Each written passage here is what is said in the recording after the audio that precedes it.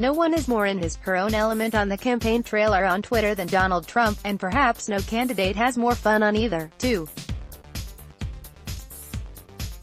Last night in Monroe, Louisiana, Trump got to combine his two passions, to the delight of supporters who crowded to see him.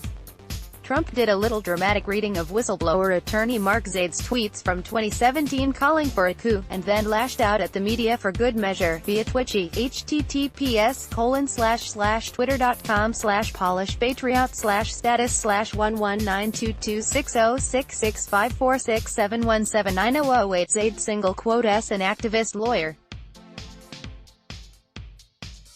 Not exactly an exotic breed, and his earlier tweets don't have much to do with the case he's currently working, but those coup messages don't do much for his public credibility.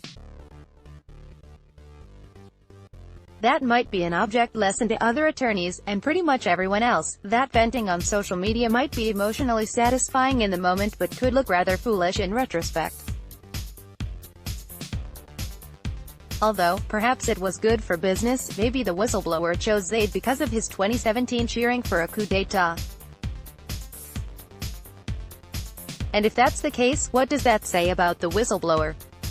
Trump accused the media of participating in the hoax, as is his usual wont, and it certainly fired up the crowd.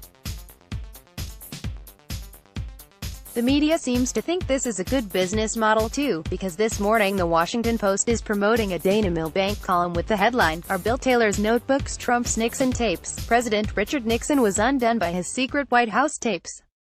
Could President Trump be unraveled by Bill Taylor's notebooks? On Wednesday, House Democrats announced that their leadoff witness at the start of public impeachment hearings next week will be one William Brockenborough Taylor Jr., the top U.S.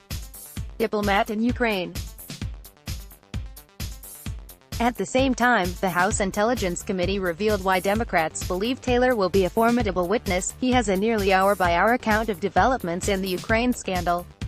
In the transcript, released Wednesday, of his 10-hour, closed-door deposition, Taylor explained how he kept meticulous notes of his every interaction since the Trump administration brought him back from retirement earlier this year to serve in Ukraine. "I keep a little notebook where I take notes on conversations, in particular when I'm not in the office, so, in meetings with Ukrainian officials or when I'm out and I get a phone call I can keep notes," he testified, according to the now public transcript. He also kept handwritten notes that I take on a small, little spiral notebook in my office of phone calls that take place in my office. Does anyone see the fallacy of this argument? Yeah? They're exactly the same, minus tapes, and minus Trump, and minus an actual independent record. While Taylor's notebooks might be of interest in an investigation, they are not the equivalent of the Richard Nixon tapes. Put simply, Taylor's notebooks are hearsay, while the Nixon tapes were direct evidence. It's the difference between the Nixon tapes and, say, Martha Mitchell's diary, except Martha Mitchell was a hell of a lot closer to the White House than Bill Taylor. That's actually been the problem for House Democrats with Taylor, Yovanovitch, and their other supposed star witnesses. None of them can offer anything but second- or third-hand hearsay. The act of writing down rumors from the rumor mill into a notebook does not magically transform those into substantiated fact, even if Taylor had the best of intentions in doing so. If he never spoke with Trump and was never instructed to demand a quid pro quo from anyone, then his thoughts and feelings are irrelevant.